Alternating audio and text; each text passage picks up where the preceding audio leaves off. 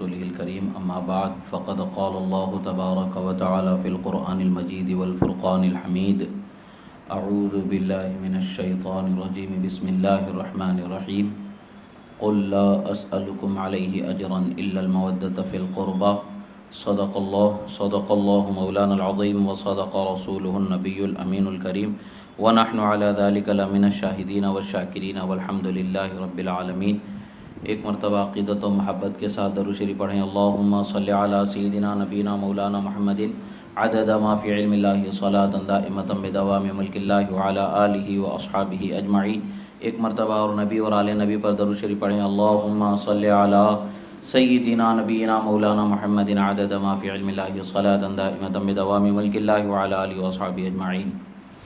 اللہ کریم کا شکر احسان کہ اللہ کریم نے ہمیں اس کے حبیب صلی اللہ علیہ وآلہ وصحبہ وسلم کی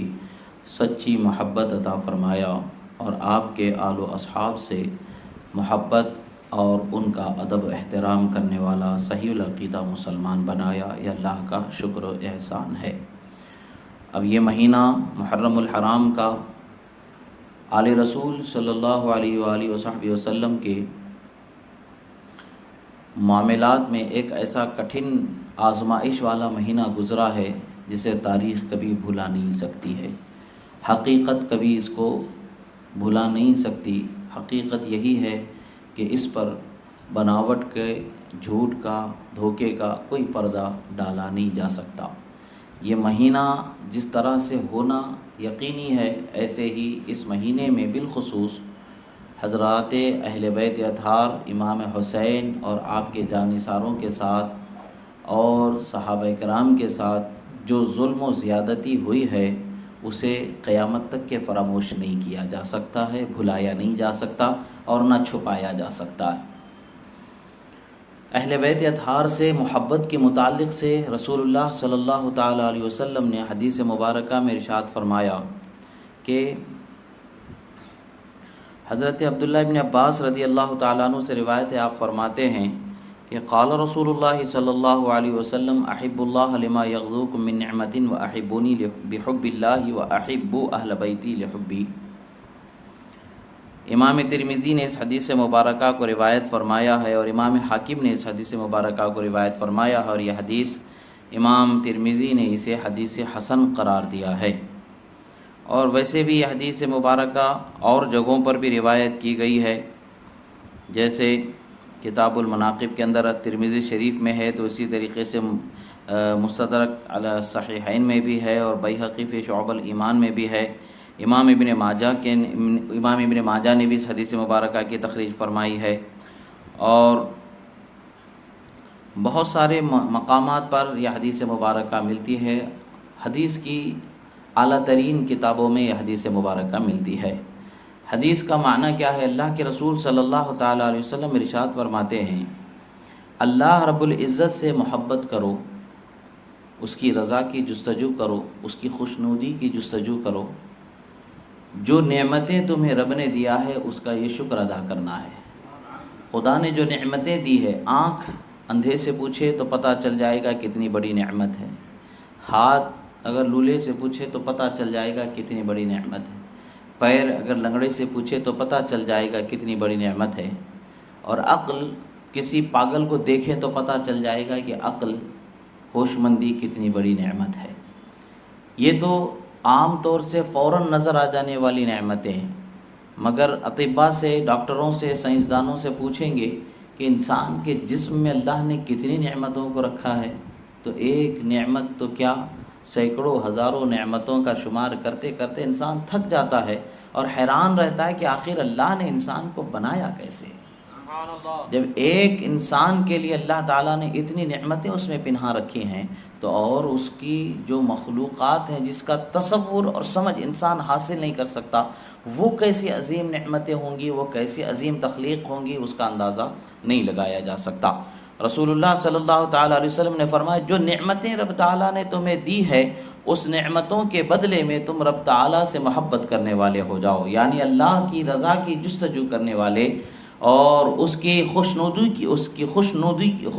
کی جستجو کرنے والے ہو جاؤ۔ رب ذوالجلال کو راضی کرنا، اس کو خوش رکھنا، یہ انسان کے لیے سب سے بڑی کامیابی کی ضمانت ہے، دلیل ہے، اس کے بغیر انسان، خدا کی رضا کے بغیر انسان کامیاب نہیں ہو سکتا۔ پھر آگے ارشاد فرماتے ہیں اور مجھ سے محبت کرو اللہ کی محبت کے سبب، اس لیے کہ اللہ کی محبت میں رسول اللہ سے محبت کرنا ہے، اس لیے کہ اللہ کے رسول اللہ کے حبیب ہیں، اللہ کے محبوب ہیں، رحمت للعالمین ہیں، تمام انبیاء کے سردار ہیں، انہی کے لیے کل کائنات کو اللہ تبارک و تعالیٰ نے پیدا فرمایا ہے۔ اور حضرت آدم علیہ السلام سے فرمایا لولا محمد لما خلقتک یا آدم، اے آدم اگر محمد عربی صلی اللہ تعالیٰ علیہ وسلم کو پیدا کرنا مقصود نہ ہوتا تو میں تمہیں بھی نہیں پیدا فرماتا۔ یعنی اگرچہ احادیث ضعاف کے درجے میں ہیں یہ، مگر سرکار کی عظمت اس سے اجاگر ہوتی ہے، باب فضائل میں مقبول ہوتی ہیں۔ سرکار صلی اللہ تعالیٰ علیہ وسلم کے لیے ساری چیزوں کو اللہ نے پیدا فرمایا ہے، اور ان کی محبت کا اللہ تبارک و تعالیٰ نے جگہ جگہ اظہار و اعلان فرمایا ہے۔ رسول اللہ صلی اللہ تعالیٰ علیہ وسلم سے محبت اس لیے کرنا ہے کہ اللہ ان سے محبت کرتا ہے، اور اللہ ہم سے راضی ہو جائے ان سے محبت کرنے کی وجہ سے۔ اور پھر اللہ کے رسول صلی اللہ تعالیٰ علیہ وسلم فرماتے میرے اہل بیت سے میری محبت کی خاطر محبت کرو، میری اہل بیت سے میرے لیے محبت کرو، یعنی ان سے محبت کرو تو ان کے عمل کو دیکھ کر کے، ان کے تقویٰ کو دیکھ کر کے، ان کی بزرگی کو دیکھ کر کے، ان کی مالداری کو دیکھ کر کے، یا ان کی غریبی کو دیکھ کر کے، ایسے کسی وجہ سے نہیں بلکہ میری نسبت کی وجہ سے ان سے محبت کرنے والے ہو جاؤ۔ رسول اللہ کی یہ اولاد ہیں، اہل بیت ہیں، ان کے خاندان والے ہیں، اس لیے ان سے محبت کرنا ہے، نہ یہ کہ ان کے ذاتی کسی اور سبب کی وجہ سے۔ ہاں انسان اپنے ذاتی نیک عمل کی وجہ سے، تقویٰ کی وجہ سے بزرگ ہوتا ہے اور اللہ کے بارگاہ میں قرب کو پاتا ہے، یہ اس کی ایک اضافی نعمت ہے، مگر ہمیں محبت ان سے کرنا ہے تو اس کے تقویٰ و پرہیزگاری کی وجہ سے نہیں بلکہ رسول اللہ کی رشتہ داری کی وجہ سے ان سے محبت کرنا ہے۔ رسول اللہ صلی اللہ تعالیٰ علیہ وسلم نے ارشاد فرمایا یہ حدیث مبارکہ کہ میری محبت میں میری اہل بیت سے محبت کرو۔ تو سوچنے کی ضرورت ہے کہ آج ہم کہاں ہمارا مقام ہے۔ ہم رسول اللہ کے اہل بیت سے محبت کا دعویٰ رکھتے ہیں، ان کے خاندان سے، آل رسول سے محبت کا دعویٰ رکھتے ہیں، مگر ہمارے دعوے کھوکھلے ہو جاتے ہیں جب ہم ان کے معاملات کے اندر کوتاہی کرتے نظر آتے ہیں۔ دنیا کو بھی دکھتا ہے، اور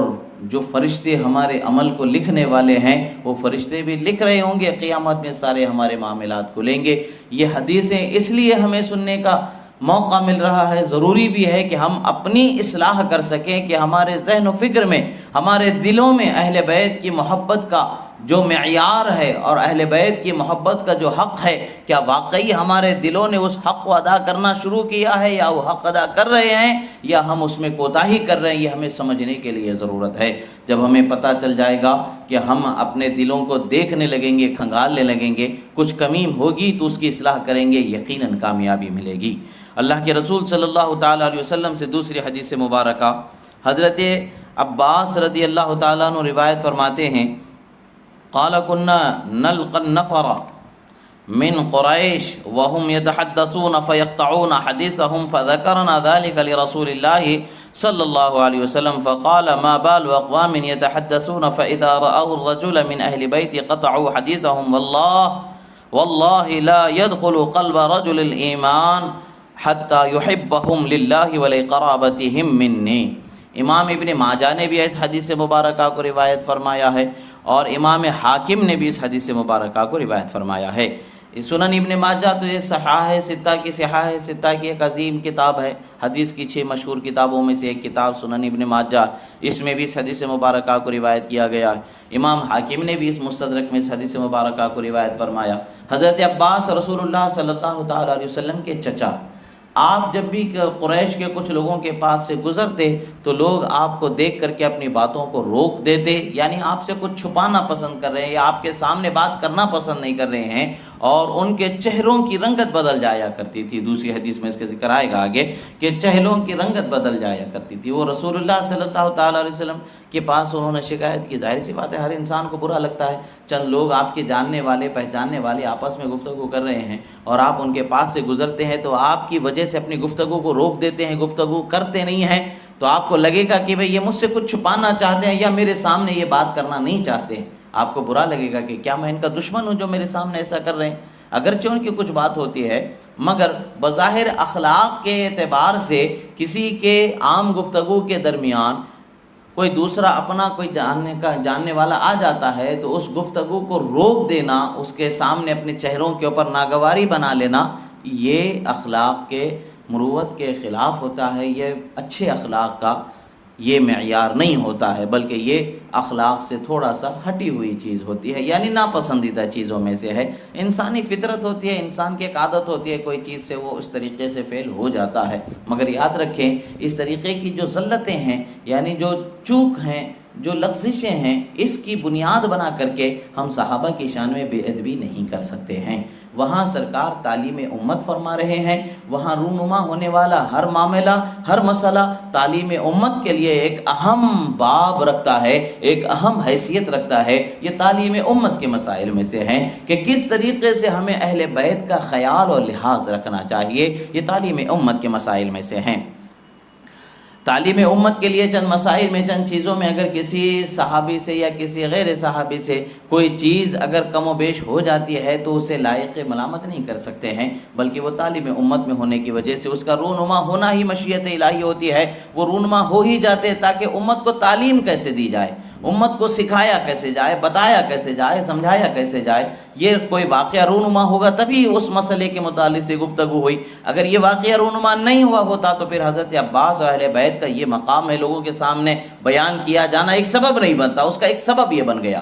بہرحال حضرت رسول اللہ صلی اللہ تعالی علیہ وسلم نے ارشاد فرمایا کہ لوگوں کو کیا ہو گیا ہے، لوگوں کو کیا ہو گیا ہے کہ جب وہ میرے اہل بیت میں سے، میرے خاندان میں سے کسی شخص کو دیکھتے ہیں تو اپنی گفتگو کو روک لیتے ہیں، ان کے سامنے اپنی باتوں کو کرنا پسند نہیں کرتے ہیں۔ اللہ کے رسول کو بھی ناگوار گزرا، حضرت عباس کو ناگوار گزرا سو گزرا، اللہ کے رسول کو بھی ناگوار گزرا۔ اللہ کے رسول صلی اللہ تعالی علیہ وسلم نے فرمایا خدا کی قسم، سوچنے کی بات ہے، کسی بات کی سچائی اور حقانیت کی طرف آدمی جب توجہ دینا ہوتا ہے، دلانا چاہتا ہے تو کیا کرتا ہے؟ بھائی قسم اٹھا کر کے بتاتا ہے، بھائی قسم سے بتا رہا ہوں یہ بات سچی ہے۔ یعنی بات کی جتنی زیادہ اہمیت ہوتی ہے اس اہمیت کے لحاظ سے اس کو بیان کیا جاتا ہے۔ حد سے زیادہ سچی بات، حد سے زیادہ اہمیت والی بات کو اللہ کی قسم اٹھا کر کے انسان بیان کرتا ہے۔ اللہ کے رسول صلی اللہ تعالی علیہ وسلم نے اسی طرز پر امت کو بتایا، واللہ خدا کی قسم، اللہ کی قسم، اے لوگو جان لو کسی شخص کے دل میں ایمان اس وقت تک نہیں اترے گا جب تک کہ میری رشتہ داری کی وجہ سے، میرے خاندان والے ہونے کی وجہ سے ان سے محبت کرنے والا نہ ہو جائے۔ یعنی میری اہل بیت سے، میرے خاندان والے ہونے کی وجہ سے جب تک کہ محبت بندہ نہیں کرے گا اس کے دل میں ایمان داخل نہیں ہوگا۔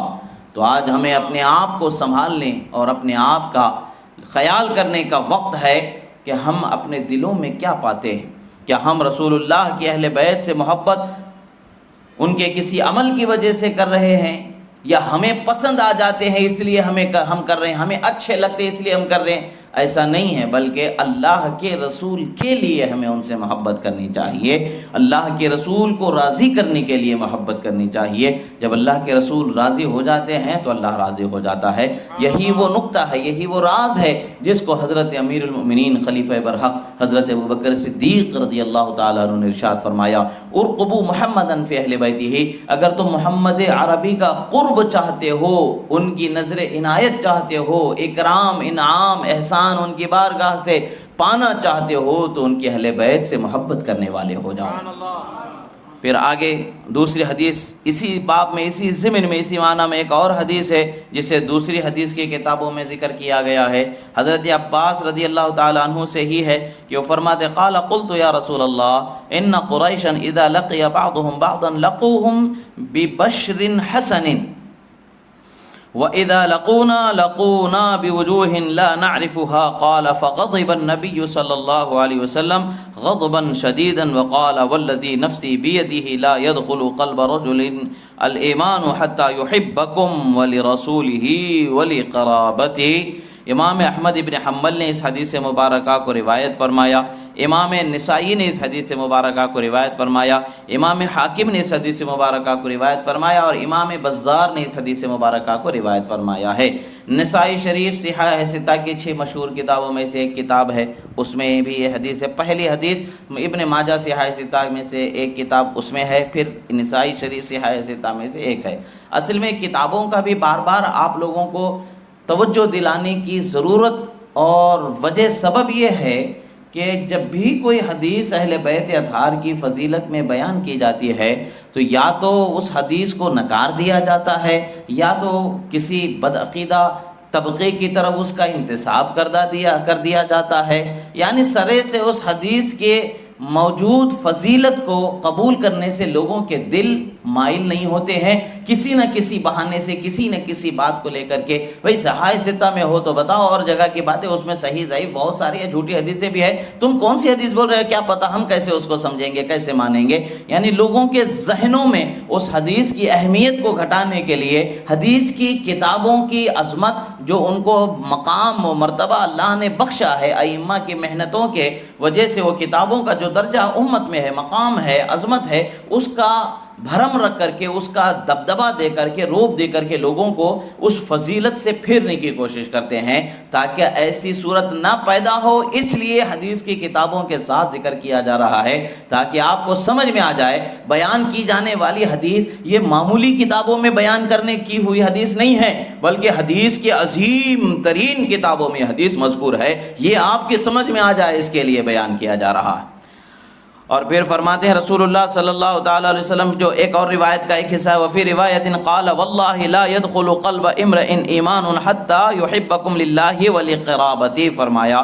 رسول اللہ صلی اللہ تعالیٰ علیہ وسلم نے فرمایا تھا، بیہقی میں بھی حدیث مبارکہ ہے اور دارمی میں بھی حدیث مبارکہ ہے، اور مسند الفردوس امام دارمی کی جو مسند الفردوس ہے اس میں بھی حدیث مبارکہ مذکور ہے۔ یعنی حدیث مبارکہ بہت ساری جگہوں پر یہ حدیث ملتی ہے، اس حدیث کا انکار نہیں کیا جا سکتا ہے۔ صحاح ستہ میں یہ حدیث موجود ہے، صحاح ستہ کی ایک حدیث کی کتاب میں، بلکہ 2 حدیث کی کتابوں میں یہ حدیث موجود ہے، اس کے علاوہ بھی مستند حدیث کی کتابوں میں یہ حدیث موجود ہے۔ سرکار نے فرمایا، حضرت عباس رضی اللہ تعالیٰ عنہ سرکار کی بارگاہ میں جا کر کے شکایت کرتے ہیں، یا رسول اللہ، کچھ لوگ ہیں جو ہم ان سے ملاقات کرتے ہیں تو وہ ان کے چہرے بگڑ جاتے ہیں، چہروں پر ناگواری آ جاتی ہے، جب وہ لوگ آپس میں ایک دوسرے سے ملتے ہیں تو بڑے اچھے بشاشت کے ساتھ ہنستے کھلکھلاتے خوش مزاجی کے ساتھ ملاقات ہوتی ہے، جب وہ ہم سے ملاقات کرتے ہیں تو ان کے چہرے بگڑے ہوئے نظر آتے ہیں، ناگواری کے اثرات نظر آتے ہیں۔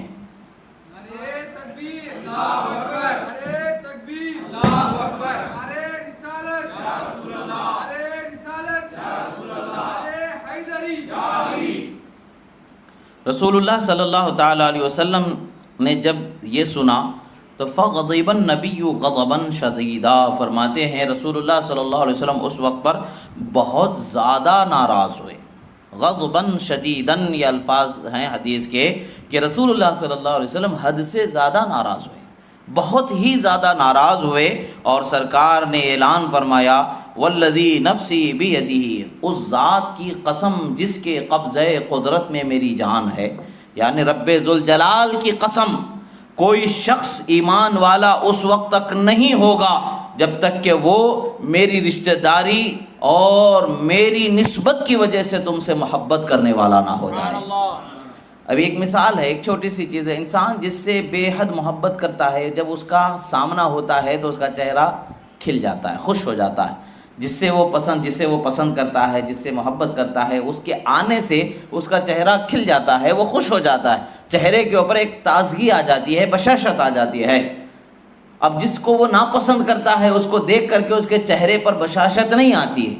تو یہیں یہ بات بتائی جا رہی ہے کہ ناپسند کرنے والی جو صفت کا اظہار چہرے کی بشاشت و عدم بشاشت سے جس کا تعین ہوتا ہے، ان حرکتوں سے، ان صفات سے بھی اپنے آپ کو پاک کر لینا ہے۔ ہم صحابہ سے یہی امید کرتے ہیں کہ وہ اہل بیت سے بے پناہ محبت کرنے والے تھے، مگر چہرے کا کسی وجہ پر، کسی وقت پر، کسی حالت میں کوئی تغیر آ جانا، وہ تغیر بھی رسول اللہ صلی اللہ علیہ وسلم کو ناگوار گزرا۔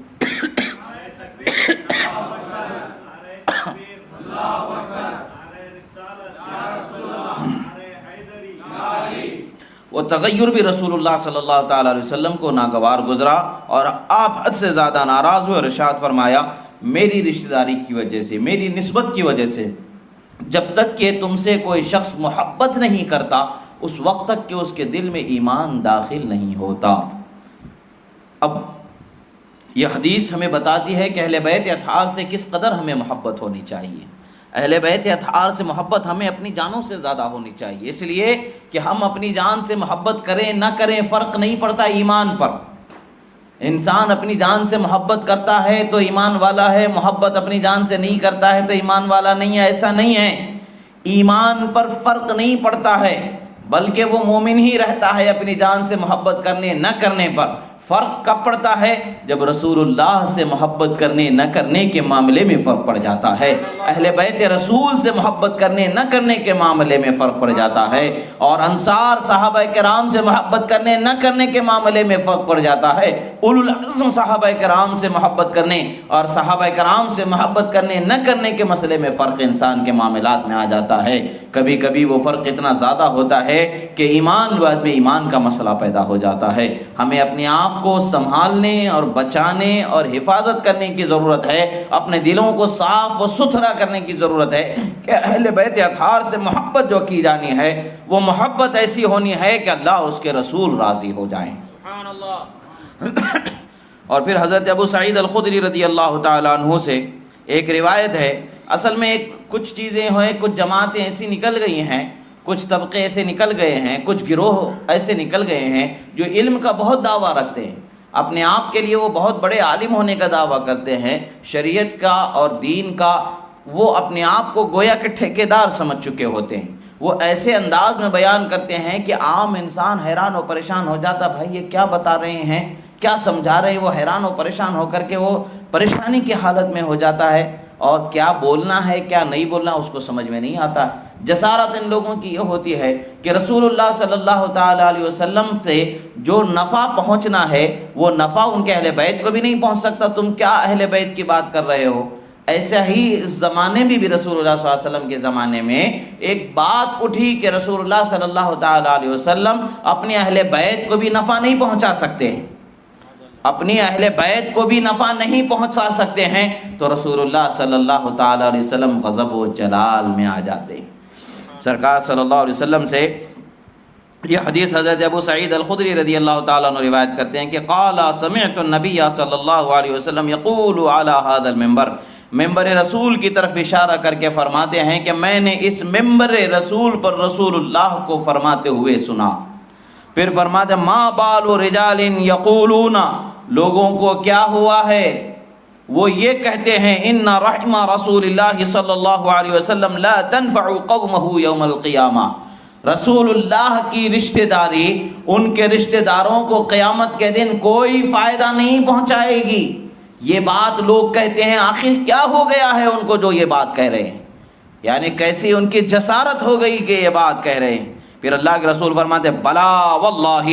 ان رحمی موصولۃ فی الدنیا والآخرہ، فرماتے ہیں خدا کی قسم بے شک میری رشتہ داری، میرے رشتہ دار، میری اہل بیت دنیا میں بھی مجھ سے ملے ہوئے ہی ہیں اور آخرت میں بھی مجھ سے ملے ہوئے ہی ہوں گے۔ حدیث مبارکہ ہے، سرکار نے فرمایا ہے کہ کلو نسب و حسب منقطع الا حسبی و نسبی، فرمایا قیامت کے دن ہر نسب ختم ہو جائے گا، ہر خاندان ختم ہو جائے گا، ہر رشتہ ختم ہو جائے گا، مگر میرا رشتہ، میرا حسب، میرا نسب قیامت کے دن بھی نہیں ختم ہونے والا ہے۔ جو رشتہ ان کی آل کا ان سے ہے وہ ختم نہیں ہونے والا ہے۔ آپ کے تمام اصول و فروع کا رشتہ آپ سے نسبی اعتبار سے جڑا ہوا ہی ہوگا، دنیا میں بھی جڑا ہوا ہے اور آخرت میں بھی جڑا ہوا ہے۔ رسول اللہ صلی اللہ علیہ وسلم فرماتے ہیں وَأَنِّي أَيُّهَا النَّاسِ فَرَطٌ لَكُمْ عَلَى الْحَوْضِ فَإِذَا جِئْتُمْ قَالَ رَجُلٌ يَا رَسُولَ اللَّهِ أَنَا فُلَانُ ابْنُ فُلَانَ وَقَالَ يَتَحَقَّقُ عَلَى فُلَانُ ابْنُ فُلَانَ وَقَالَ لهم أما النسب فقد عرفته ولكنكم أحدثتم بعدي وارتدتم القهقري، فرما أو كما قال رسول الله صلى الله تعالى عليه وسلم۔ رسول اکرم صلی اللہ تعالی علیہ وسلم کا ارشاد گرامی ہے، آپ ارشاد فرماتے ہیں کہ سرکار نے ارشاد فرمایا کہ اے لوگو سنو، میں حوض کوثر پر تم سے پہلے موجود رہوں گا،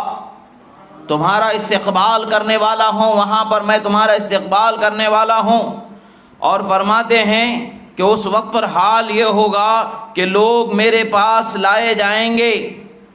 کہ لوگ کہیں گے کہ میں فلاں ابن فلاں ہوں، یہاں تک کہ فلاں ابن فلاں کہنا پایا ثبوت کو پہنچے گا، اور رہا نسب تو تحقیق اس کی پہچان میں نے تمہیں کرا دی ہے، لیکن تم میرے بعد نئے نئے طریقوں میں گھر جاؤ گے اور نئے نئے معاملات میں پھنس جاؤ گے، تمہارے لیے پریشانی کا دور شروع ہو جائے گا۔ یہ رسول اکرم صلی اللہ تعالی علیہ وسلم نے ارشاد فرمایا، یعنی قیامت کے دن رسول اللہ صلی اللہ تعالی علیہ وسلم کی اہل بیت کا نسب ان سے ٹوٹے گا نہیں، بلکہ جڑا ہوا ہی ہوگا۔ جیسے دنیا میں جڑا ہوا ہے ویسے ہی آخرت میں بھی جڑا ہوا ہی ہوگا۔ اور فرمایا کہ رسول اللہ کا نفع بے شک ان کے اہل بیت کو اللہ تعالیٰ عطا فرمائے گا، یقیناً عطا فرمائے گا۔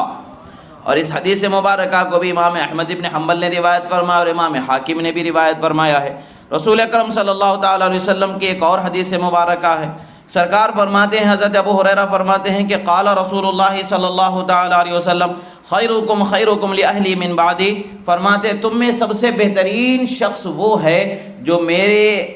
اہل بیت کے ساتھ میرے دنیا سے ظاہراً رخصت ہونے کے بعد بھلائی کرنے والا ہوگا، سبحان اللہ، اچھا سلوک کرنے والا ہوگا، ان کے ساتھ بہترین سلوک کرنے والا ہوگا، تو تمام لوگوں میں بہترین انسان وہ ہوگا۔ سوچنے کی بات ہے، اگر رسول اللہ صلی اللہ علیہ وسلم کے اہل بیت سے اچھے سلوک کا نفع نہ ملنا ہوتا تو یہ بات کیوں بیان فرمائی جاتی؟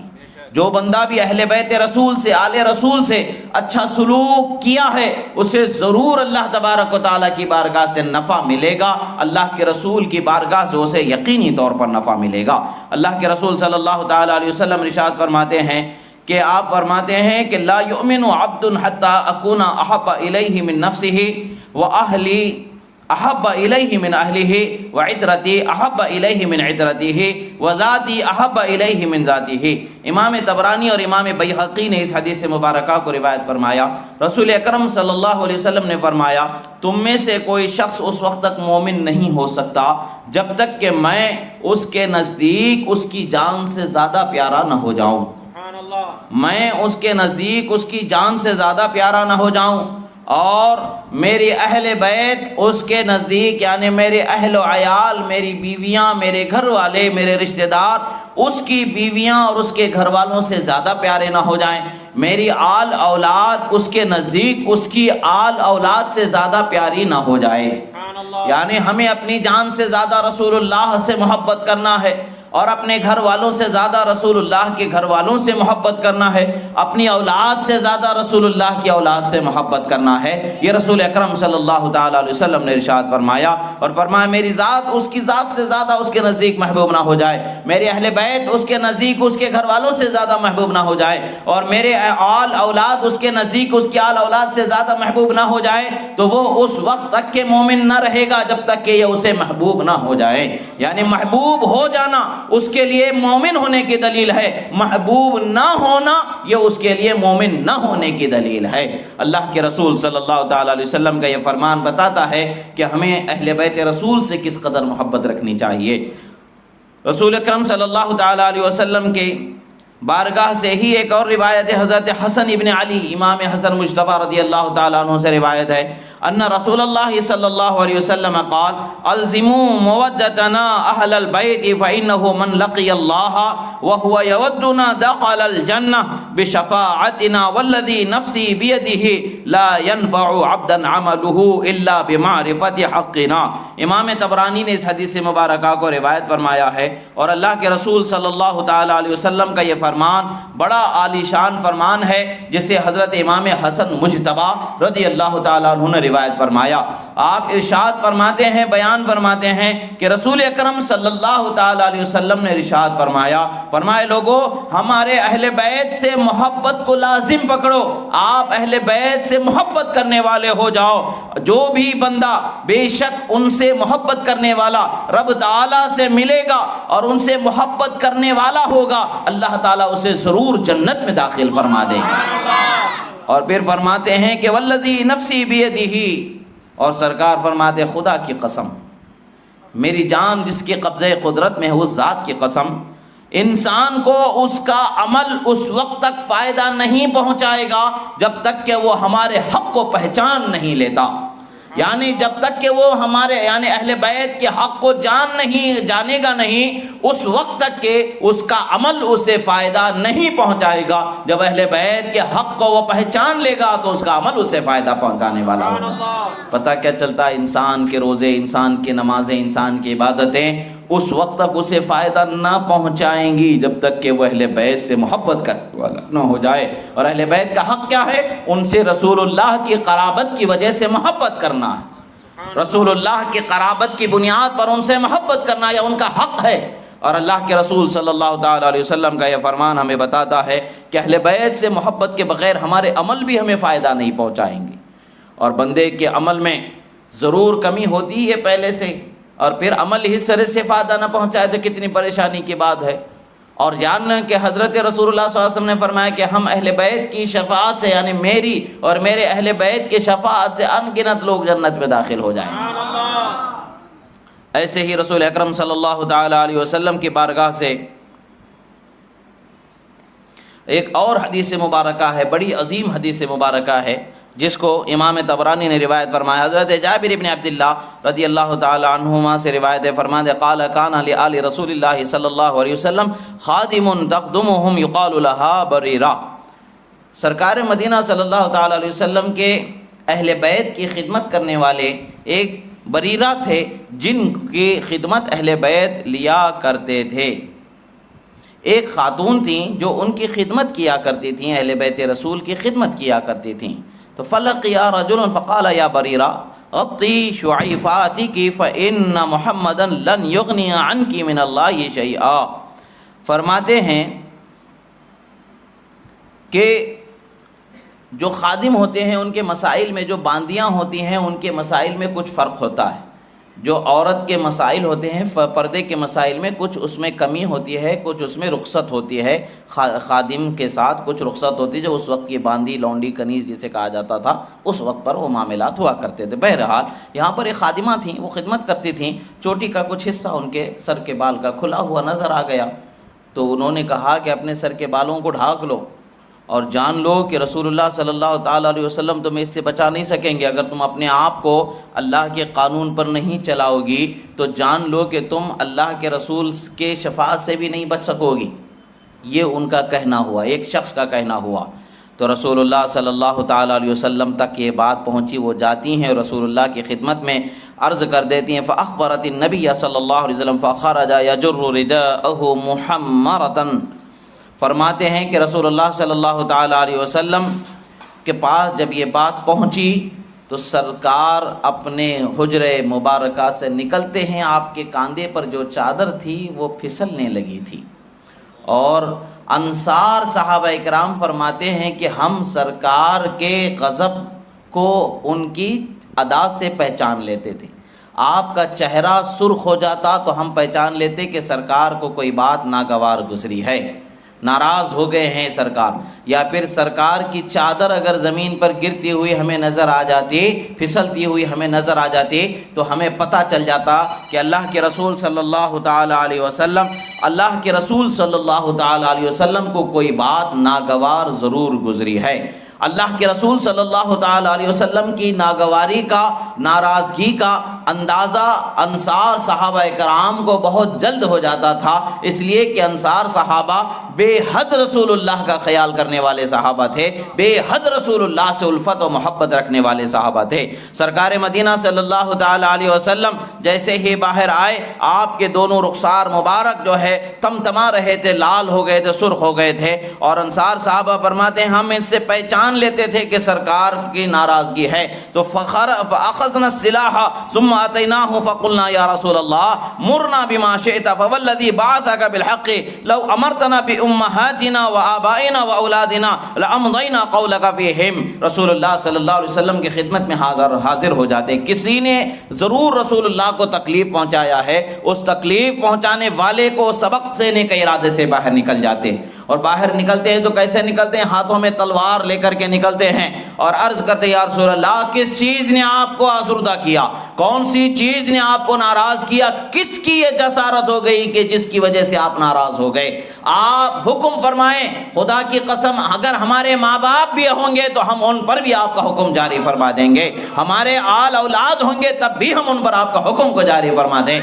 یعنی آپ حکم فرمائیں قتل کرنے کا تو ہم فوراً قتل کر دیں گے، اگر ہماری ماں ہی کیوں نہ ہو، ہمارا باپ ہی کیوں نہ ہو، اگرچہ ہماری اولاد ہی کیوں نہ ہو۔ یہ صحابہ کرام نے بیان فرمایا، عرض کی، اپنی محبت کا اظہار فرمایا۔ رسول سوچئے کتنی ناراضگی کی بات ہوئی ہوگی، وہ وقت کیسا ہوگا جب صحابہ نے اتنی بڑی بات کہی ہوگی، تو آخر وہ ناراضگی کا عالم کیا ہوگا، کتنی بڑی بات ان کو کہنے کی ضرورت پیش آ گئی، کس قدر رسول اللہ ناراض ہوئے ہوں گے۔ آخر کار رسول اللہ صلی اللہ علیہ وسلم فصعد المنبر فحمد اللہ واثنى علیہ، سرکار ممبر پر جلوہ فرما ہو جاتے ہیں اور اللہ کی حمد و ثنا بیان کرتے ہیں، اور اس کے بعد میں سیدھے ڈائریکٹ سوال کرتا ہے قال من انا، میں کون ہوں؟ رسول اللہ صلی اللہ تعالی علیہ وسلم سیدھے بتا رہے میں کون ہوں، اس لیے کہ کہنے والے نے کہا تھا، کیا کہا تھا؟ لن یغنی عنک من اللہ شیئا فإن محمدا لن یغنی عنک من اللہ شیئا، کہا کہ بے شک محمد صلی اللہ علیہ وسلم اللہ کی بارگاہ سے تمہیں کوئی نفع نہیں دلا سکتے۔ اور آج کے وہابیوں کا بھی عقیدہ ہے کہ نہیں ہے، بد عقیدہ لوگوں کا یہ عقیدہ ہے کہ نہیں کہ رسول اللہ نفع نہیں دے سکتے، ان سے کوئی نفع نہیں مل سکتا۔ اگر اللہ نے ان کو نفع دینے والا بنایا ہے، اللہ کی اجازت سے وہ نفع دینے والے ہیں، اللہ نے انہیں ہمیں نفع دینے والا ہی بنایا ہے۔ جیسے دوا میں شفا اللہ نے دیا ہے، ویسے ہی مصطفیٰ میں نفع اللہ نے عطا فرمایا ہے، شفاعت اللہ نے عطا فرمائی ہے، بلکہ دوا کی شفا بھی مصطفیٰ کے صدقے میں اللہ تعالیٰ نے عطا فرمایا ہے۔ دوا کی شفا رسول اللہ کے صدقے میں اللہ نے عطا فرمایا ہے، انہی کے صدقے میں سب کچھ مل رہا ہے، وہ چاہیں تو ملے گا، نہ چاہیں تو کچھ نہیں ملنے والا۔ اللہ نے انہیں وہ شان بے نیازی اور شان قرب عطا فرمائی ہے کہ جس کا اندازہ ہی نہیں لگایا جا سکتا۔ رسول اللہ نے سیدھے فرمایا کہ میں کون ہوں بتاؤ۔ اب صحابہ نے عرض کیا فقلنا انت رسول اللہ، کہا سب نے کہ آپ اللہ کے رسول ہیں۔ گویا کہ بتا رہے کیا تم نے ایک عام انسان سمجھ لیا ہے مجھے جو نفع نہیں دے سکتا ہے؟ میں کون ہوں آخر؟ اللہ نے مجھے نفع دینے والا ہی بنا کر کے پیدا فرمایا، اللہ نے مجھے اپنا رسول بنا کر کے پیدا فرمایا ہے، اور رسول نفع دینے والا ہی ہوتا ہے۔ ایمان نفع ہے کہ نہیں ہے؟ ہدایت نفع ہے کہ نہیں ہے؟ اللہ کا کلام نفع ہے کہ نہیں ہے؟ اللہ کی جنت کا حقدار بنا دینا نفع ہے کہ نہیں ہے؟ یعنی کل کا کل ذات مصطفیٰ کو نفع دینے والا ہی اللہ نے بنایا۔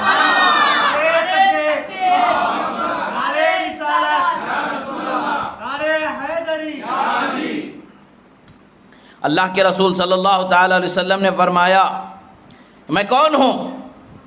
پھر صحابہ نے عرض کیا انت رسول اللہ صلی اللہ علیہ وسلم، قال نعم ولکن من انا، پھر سرکار پوچھتے ہیں ہاں یہ بات صحیح ہے مگر بتاؤ میں کون ہوں؟ لوگوں نے عرض کیا فقلنا محمد بن عبد اللہ ابن عبد المطلب ابن ہاشم ابن عبد مناف، اے اللہ کے رسول صلی اللہ علیہ وسلم آپ محمد ابن عبداللہ ابن عبد المطلب ابن ہاشم ابن عبد مناف ہیں۔ نسب وہاں پر سنایا گیا تو سرکار صلی اللہ علیہ وسلم نے فرمایا قال انا سید ولد آدم ولا فخر، لوگوں سنو میں تمام بنی آدم کا سردار بنایا گیا ہوں، میں اس پر فخر نہیں کرتا ہوں، یعنی میں اس پر غرور نہیں کرتا ہوں، تکبر نہیں کرتا ہوں، اللہ نے مجھے یہ شان عطا فرمائی ہے۔ پھر فرماتے وَأَوَّلُ مَن تَنشَقُّ عَنْهُ الْأَرْضُ وَلَا فَخْرٌ، اور جان لو قیامت کے دن سب سے پہلے جو قبر سے اٹھنے والے ہیں وہ میں ہی ہوں جو سب سے پہلے اٹھایا جاؤں گا، اور میں اس پر بھی گھمنڈ و فخر نہیں کرتا ہوں۔ پھر آپ فرماتے ہیں وَأَوَّلُ مَن يُنْفَضُ التُّرَابُ عَنْ رَأْسِهِ وَلَا فَخْرٌ، اور میں ہی ہوں جس کے سر سے مٹی کو گرد و غبار کو دور کیا جائے گا حشر کے دن، اور میں اس پر فخر نہیں کرنے والا ہوں۔ سرکار اپنی خصائص کو سنا رہے ہیں، اپنی فضیلتوں کو سنا رہے، اپنی شانوں کا بیان خود سرکار فرما رہے۔ یعنی انہوں نے کہا تھا کہ قیامت کے دن نفع نہیں پہنچائے گی، تو قیامت کے دن میری شان کا کیا حال ہوگا وہ دیکھ کے عقل کے اندھے بتایا جا رہا ہے، سنایا جا رہا ہے میں کون ہوں اور کیسی شان خدا نے مجھے عطا فرمائی ہے۔ حشر کے دن میری شان کا کیا عالم ہوگا بتایا جا رہا ہے۔ پھر اللہ کے رسول صلی اللہ علیہ وسلم فرماتے ہیں اول داخل الجنہ ولا فخر، اور جنت میں سب سے پہلے میں ہی داخل ہونے والا ہوں، اس پر بھی فخر نہیں کرنے والا ہوں۔ اور پھر فرماتے ہیں ما بال اقوام یزعمون ان رحمی لا تنفع، لوگوں کو کیا ہوا ہے جو یہ سمجھتے ہیں کہ میں اپنے رشتہ داروں کو نفع نہیں دے سکتا ہوں۔ یہ کیا ہو گیا لوگوں کو یہ سمجھتے ہیں؟ لیس کما زعموا، فرمایا یہ ویسا نہیں ہے جیسا وہ لوگ گمان کر رہے ہیں۔ وہ جیسا سمجھ رہے ہیں کہ میں اپنے گھر والوں کو، اپنے خاندان والوں کو، میں اپنوں کو نفع نہیں دے سکتا، ایسا نہیں ہے۔ بلکہ فرماتے انی لاشفع و اشفع، فرماتے میں ان کی شفاعت کروں گا اور میری شفاعت خدا قبول فرمانے والا ہے۔ اور پھر فرماتے حتی ان من اشفع له لیشفع فیشفع، فرماتے ہیں اے عقل کے اندھو سنو، میری اہل بیت میں سے میں جس کی شفاعت کر دوں گا وہ بھی شفاعت کرنے والا ہوگا، خدا اس کی بھی شفاعت قبول فرمائے گا۔ اللہ اکبر، نعرہ رسالت یا رسول اللہ، اور پھر فرماتے میرے اہل بیت کی شفاعت کا حال کیا ہوگا۔ میری اہل بیت جب شفاعت کر رہی ہوگی تو اس وقت حال کیا ہوگا؟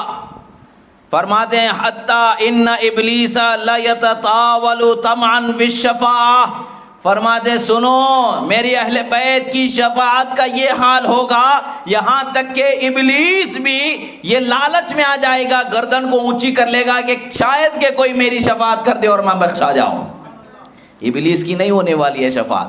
مگر اس کو لالچ پیدا ہو جائے گا، ایسی ان کی شفاعت کو قبول کیا جائے گا کہ ان کی شفاعت کے قبول ہونے کے منظر کو دیکھ کر کے ابلیس کو بھی امید پیدا ہو جائے گی کہ اگر یہ شفاعت کریں گے تو شاید کہ میں بخشا جاؤں گا، مگر اہل بیت نہ اس کی شفاعت کریں گے نہ وہ بخشا جائے گا، یعنی اس کا خیال پیدا ہو جائے گا تو ان کی شفاعت کا یہ حال ہوگا۔ رسول اللہ نے یہ بھی بتا دیا میں شفاعت میری اہل بیت کی کروں گا، میری شفاعت سے انہیں نفع ملے گا، اور نفع ایسا ملے گا کہ وہ بھی شفاعت کرنے والے ہوں گے، اور ایسی شفاعت ہوگی کہ ابلیس کو بھی خیال شفاعت کے حاصل کرنے کا پیدا ہو جائے گا۔ اللہ کے رسول صلی اللہ علیہ وسلم کے اہل بیت کی یہ شان ہے، آپ کے خاندان کی یہ شان ہے جو اللہ کے رسول صلی اللہ تعالیٰ علیہ وسلم کو اللہ نے عطا فرمایا۔ اور ایسے ہی دوسری حدیث جو حضرت امام حسن سے روایت ہوئی تھی، ایسے ہی امام طبرانی سے دوسری حدیث مبارکہ روایت ہے، وہی معنی وہی مضمون وہی مفہوم۔ سرکار امام حسین فرماتے ہیں کہ رسول اللہ صلی اللہ علیہ وسلم نے فرمایا الزموا مودتنا اہل البیت فانہ من لقی اللہ وهو یودنا دخل الجنہ بشفاعتنا والذی نفسی بیدہ لا ينفع عبدا عمله الا بمعرفت حقنا۔ فرماتے ہیں کہ میں نے رسول اللہ صلی اللہ تعالی علیہ وسلم سے سنا، رسول اللہ فرماتے ہیں کہ اہل بیت کی محبت کو لازم پکڑو، اور جو اہل بیت کی محبت کی ساتھ میں اللہ سے کل قیامت میں ملاقات کرے گا، اہل بیت کی شفاعت کی وجہ سے اللہ انہیں جنت میں داخل فرما دے گا۔ اور جان لو انسان کو اس کے عمل اس وقت تک فائدہ نہیں پہنچائیں گے جب تک کہ وہ اہل بیت سے محبت کرنے والا نہ ہو جائے۔ جب وہ محبت کرنے والا ہوگا تو ضرور اسے وہ فائدہ پہنچائی جائے گا، وہ فائدہ پہنچایا جائے گا، وہ نعمت اسے ملے گی، وہ عظمت اسے ملے گی، وہ جنت کا داخل ہونا اسے نصیب ہو جائے گا۔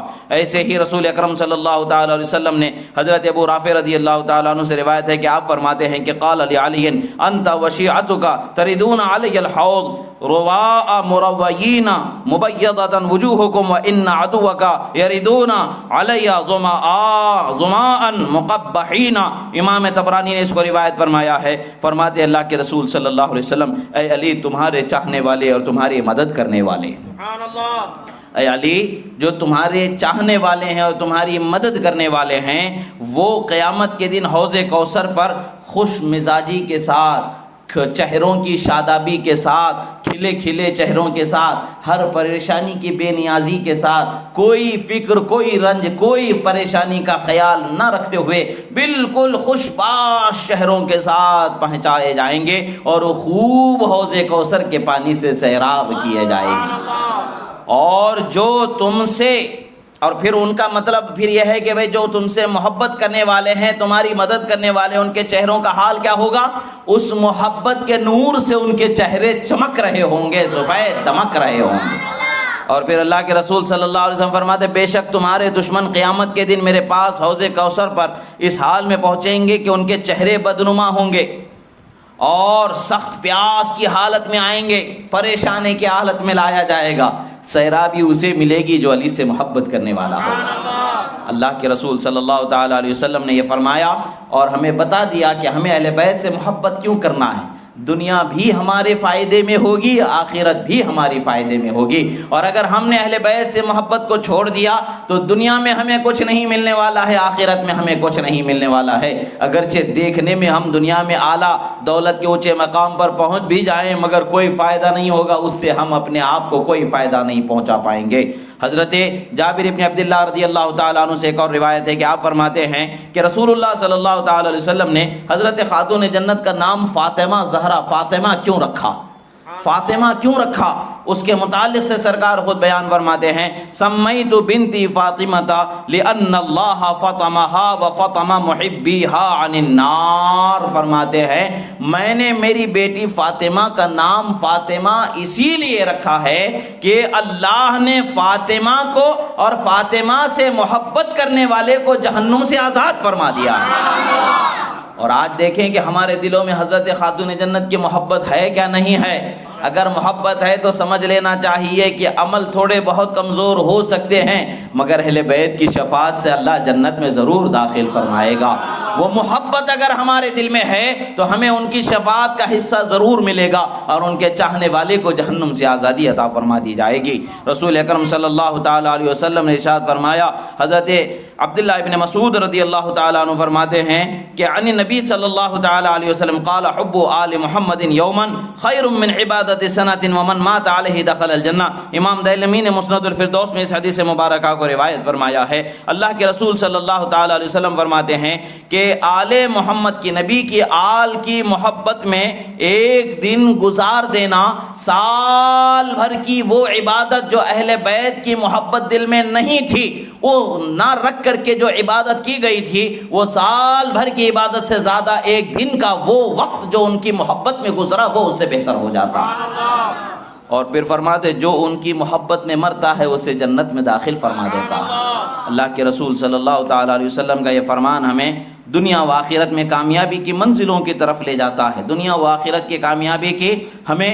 ایسی روشن مثالیں دے رہا ہے، ایسے روشن راستے عطا فرما رہا ہے کہ جس راستے پر چلیں گے یقیناً ہمیں کامیابی مل جائے گی۔ حضرت زید بن ارقم رضی اللہ تعالیٰ عنہ فرماتے ہیں کہ 5 وہ لوگ ہیں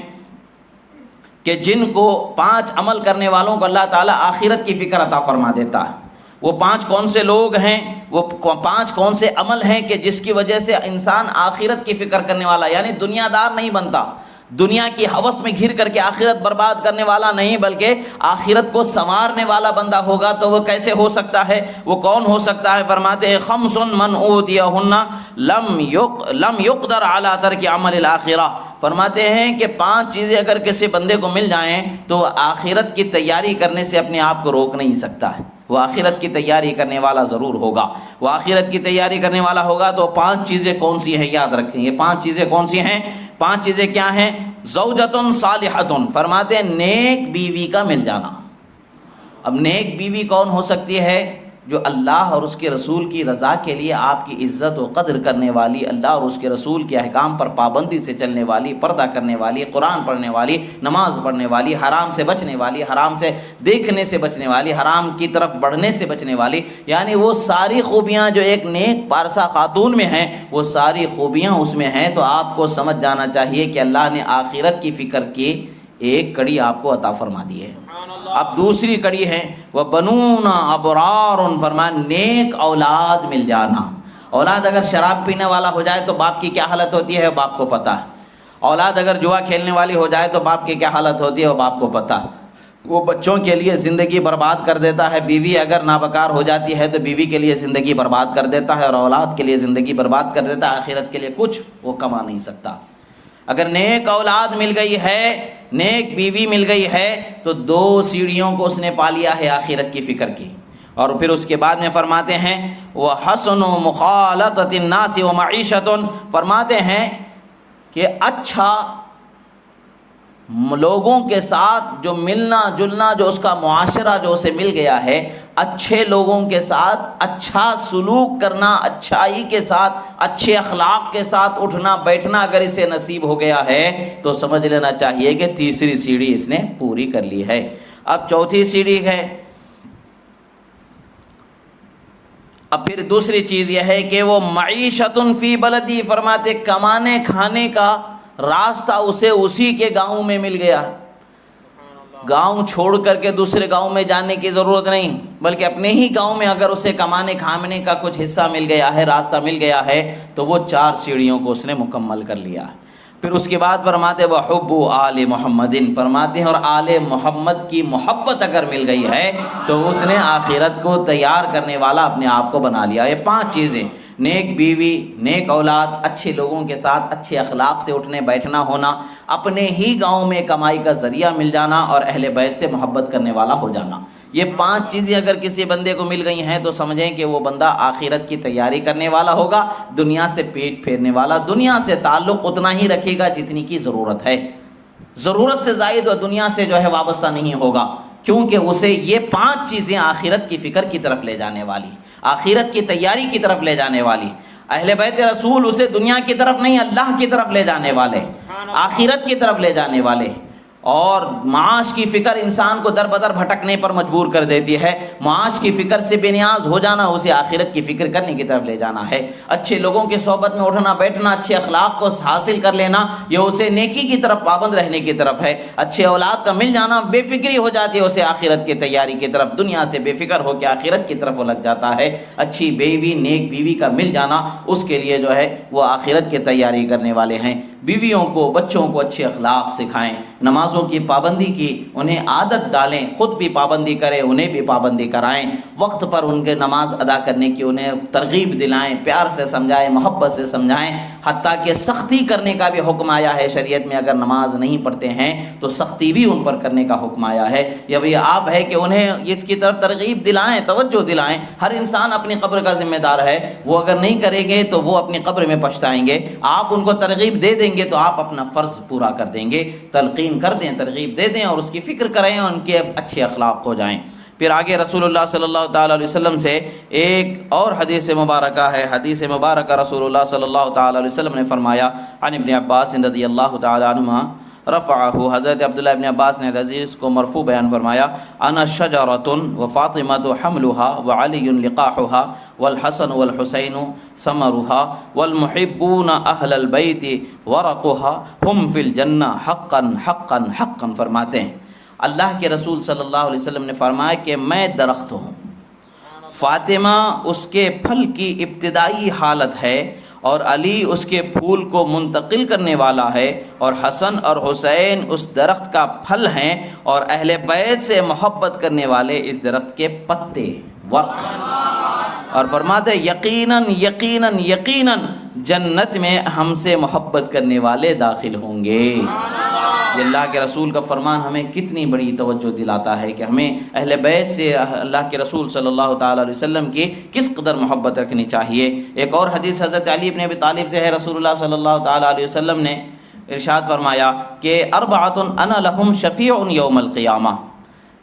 کنز العمال میں حدیث مذکور ہوئی ہے کہ سرکار صلی اللہ علیہ وسلم نے فرمایا کہ 4 وہ لوگ ہیں میں جن کی شفاعت قیامت کے دن ضرور کروں گا، 4 لوگ ہیں جن کی میں شفاعت ضرور کروں گا۔ وہ کون سے 4 لوگ ہیں؟ اللہ کے رسول فرماتے المکرم ذریتی، جو میری اہل بیت کے ساتھ مہربانی کرنے والا، اچھا سلوک کرنے والا ہے، میں اس کی ضرور شفاعت کروں گا۔ میری اہل بیت، میری آل اولاد کے ساتھ اچھا سلوک کرنے والا جو شخص بھی ہے، میں قیامت کے دن اس کی شفاعت ضرور کروں گا۔ اور پھر سرکار صلی اللہ علیہ وسلم فرماتے والقاضی لہم حوائجہم فرماتے ہیں، اور جب ان کی یعنی جو میری اہل بیت کی عزت و تکریم کرنے والا ہے، ان کے ساتھ اچھا سلوک کرنے والا ہے، ان کی مہربانی کرنے والا ہے، میں اس کی قیامت کے دن ضرور شفاعت کروں گا۔ اور پھر فرماتے ان کی ضرورتوں کو، ان کے حاجتوں کو پورا کرنے والا ہے، دنیاوی کوئی حاجت کوئی ضرورت پڑ جائے، اس ضرورت کو اگر وہ پورا کر دیتا ہے تو میں اس کی ضرور شفاعت کرنے والا ہوں۔ اور پھر آگے ارشاد فرماتے ہیں اور اس کی بھی شفاعت کروں گا جب وہ اپنے معاملات میں پریشان ہو کر کے کچھ پریشانی لے کر کے کسی کے پاس جائیں تو ان کی پریشانی کو پورا کرنے کے لیے ان کے لیے بھاگ دوڑ کرنے والا ہوگا تو میں اس کی بھی شفاعت کرنے والا ہوں۔ اور پھر فرماتے ہیں والمحب لہم بقلبہ ولسانہ فرماتے ہیں اور جو ان سے زبان و دل سے محبت کرنے والا ہے میں اس کی بھی شفاعت کرنے والا ہوں۔ چار لوگ ہیں جن کی شفاعت ہوگی، ایک اہل بیت رسول کی عزت و تکریم اور ان کے ساتھ اچھا سلوک کرنے والے کی شفاعت ہوگی، دوسری اہل بیت کی ضرورتوں کو پورا کرنے والے کی شفاعت ہوگی، اہل بیت کسی پریشانی میں کسی کے پاس اگر جائیں تو ان کی پریشانیوں کو دور کرنے، ان کی ضرورتوں کو پورا کرنے میں بھاگ دوڑ کرنے والا جو شخص ہے اس کو بھی اللہ کے رسول کی شفاعت نصیب ہوگی، اور پھر چوتھا وہ شخص ہے جو اہل بیت سے زبان اور دل سے محبت کرنے والا ہے، اس کی شفاعت ہوگی۔ تب یہاں پر دیکھیں زبان اور دل دونوں چیزوں کو سرکار نے فرمایا۔ اب یہاں ہمیں سمجھنا ہے کہ زبان سے ان کے سامنے اچھی بات کر دینا حقیقت میں محبت نہیں ہے، دل سے بھی محبت رکھنی چاہیے۔ یہ چیزیں وہ ہیں جو رسول اللہ صلی اللہ علیہ وسلم نے بتایا ہے، اہل بیت کی محبت کی طرف جو ترغیب دی ہے، جو امت کو تعلیم فرمائی ہے، اس کا یہ حصہ ہے۔ چند احادیث مبارکہ آپ حضرات کے سامنے پیش ہوئیں، ان میں سے اکثر حدیثیں صحیح ہیں، کچھ ضعیف کے درجے پر بھی ہیں۔ ہر درجے کی حدیث باب فضائل میں مقبول ہوتی ہے، اس میں امت کا اتفاق اجماع ہے، بلا خلاف یہ چیز ہے کہ حدیثوں کو قبول کیا جاتا ہے، ضعیف حدیثوں کو فضائل کے باب میں قبول کیا جاتا ہے۔ تو ان حدیثوں کو بعض سند کے اعتبار سے ضعیف، بعض سند کے اعتبار سے صحیح، یعنی تمام احادیث کو آپ حضرات کے سامنے بیان کیا گیا ہے تاکہ ان حدیثوں کو سننے کے بعد آپ سمجھیں اور اپنے دل کا اور اپنا محاسبہ کریں اور اپنے آپ کو سنبھالیں، اور اپنے اندر اگر کوئی کمی پاتے ہیں تو اس کمی کو صاف کر کے دور کر کے نیکی کو کمانے والے ہو جائیں۔ اللہ رب العزت کی بارگاہ میں دعا ہے جو کہا گیا سنا گیا، کہنے میں سننے میں جو غلطی ہوئی اللہ تعالیٰ اسے معاف فرمائے، جو حق و صحیح کہا گیا اللہ تعالیٰ اسے قبول فرمائے۔ اقول قولی ھذا استغفر اللہ لی ولکم ولسائر المؤمنین۔ الفاتحہ۔